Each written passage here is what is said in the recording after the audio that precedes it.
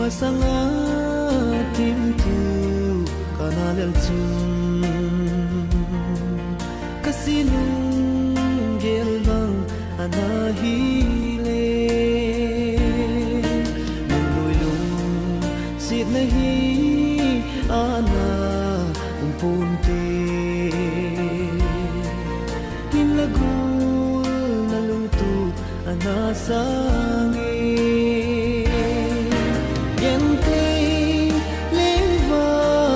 Kamawa ohi Neiza pilo hitamgu Zanso sinung kamong zopu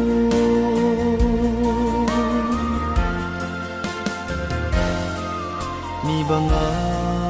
hao ating tim lo kahize in nalung hay na ding zong kahizo po ibanga hao ating tima anahileng nalung day nalung tu hizo nangi yente levay kamawa Neiza pilo hitamgu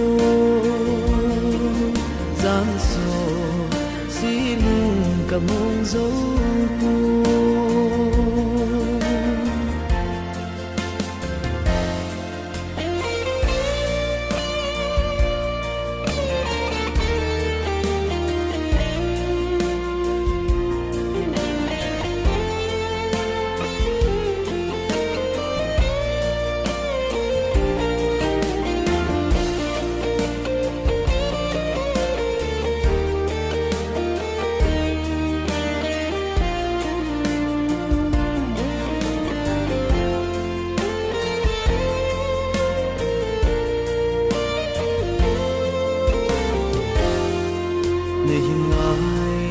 Thế dòng lên iba kalo ding hum khen lâu thế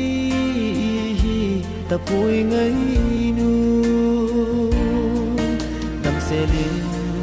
na pung chan na am giang quan lòng gen thế kê ni của tu đã ta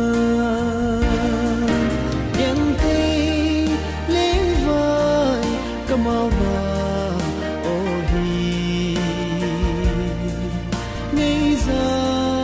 pilo hitamgu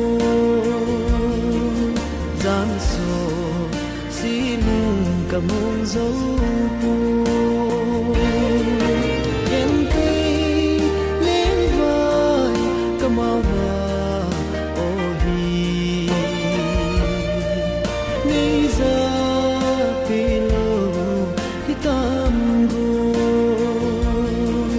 Zanso sinung kamong zopu